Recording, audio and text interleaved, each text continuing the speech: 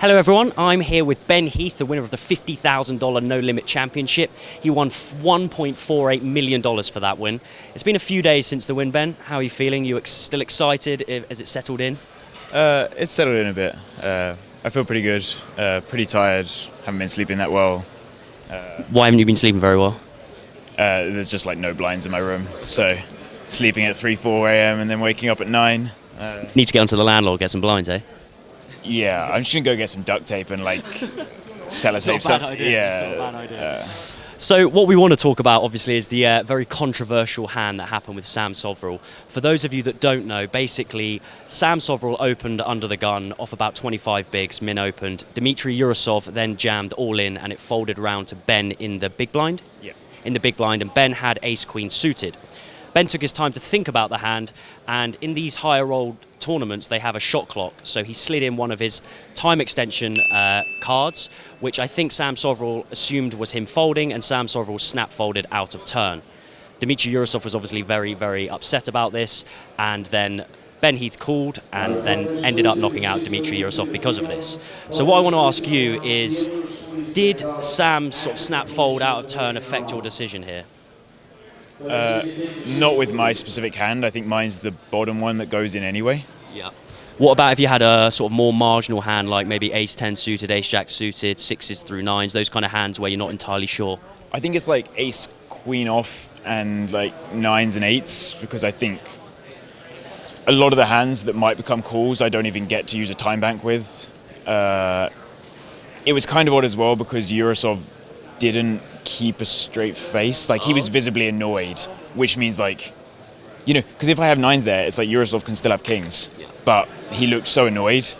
So he basically gave it away himself, really, more than anything. Yeah, but then, you know, I think most of the hands that I've used the time bank with, he knows are calling now anyway, so it's kind of... So, I mean, I guess the golden question is that everyone really wants to know is, do you think Sam Soverel did it intentionally, or do you think it was a genuine mistake? So obviously, I mean, it was tough. I got asked this straight afterwards, and I didn't even remember putting my time card in. Like, I was thinking about my hand. I'd only slept 3 hours the night before, and I just had the worst seat in the room to, you know, he's right next to me. Right, yeah. I mean, I thought the situation with the floor was ridiculous. I think regardless of whether his intention, like, even if we knew 100% his intention, it was just a mistake, he should just get a penalty, because otherwise it opens the door for people to do this in the future. Absolutely. The whole final table, in these shot clock events, you can gain EV by not making it clear what your stack is, because then I have to find out before the hand. Yeah. Whenever I even looked at Sam's stack in between hands, he would just tell me exactly how much he had or count down the stacks. So, you know, he's never going to get called out for not doing that. Okay. So it's like a risk-free spot to gain EV, and he wasn't taking it and was being fair. Mm-hmm. So it would be like contradictory to me to, you know, not take a spot he would never get called out for, and then take one that he's clearly going to get called out for. Yeah. And also, everyone I've spoken to assumed that he would have got a penalty.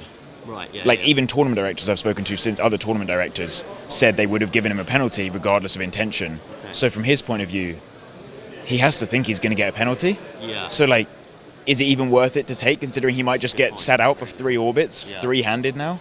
You know, or like 4, like, what if Yurosov has jacks and I now call 8s or something, and he just loses, he had 17 bigs. If he gets a 3-orbit penalty, it's 7.5 bigs. That's very true. And he can't know he wasn't going to get a penalty. So. I think you made a good point there, actually, about him telling you his chips during the tournament, because he could have shot an angle there and he didn't take that one where it wouldn't have been so much on camera, right? Be an angle. That's just kind of like a lot of people do that. Taking advantage of something, like free EV, and they never get called out for it. Yeah. It's like, why would he suddenly take one that he's going to get? You know, it's like his career and livelihood, and he's clearly going to get called out for this. Yeah. I just don't think... I mean, a lot of people are judging it by his reaction and stuff, but it's like a lot of poker players are pretty awkward anyway, and like, how do you know how you're going to react in this horrible spot? Like, if it's a genuine mistake, he's going to feel terrible. You don't know how someone's going to react. Okay. Well, thanks very much, man. So have you got any more sort of plans for the rest of the summer? Are you playing a lot more tournaments here? Are you going to be playing on the strip at all? What's sort of the plan for the rest of the summer? I think I'm just going to mix between Rio and Aria. I don't think I'll play too much of the... I think I'll just play like 2,500 and up mostly here. Some of the weekend 1,500s, because they're just a lot of fun, like the Millionaire Maker, and then maybe some Aria stuff. And obviously firing the main, right? Yeah, always. Okay, well, best of luck to you, Ben. I wish you the best for the summer. Thank you. I'm Oliver Biles for PokerNews.com.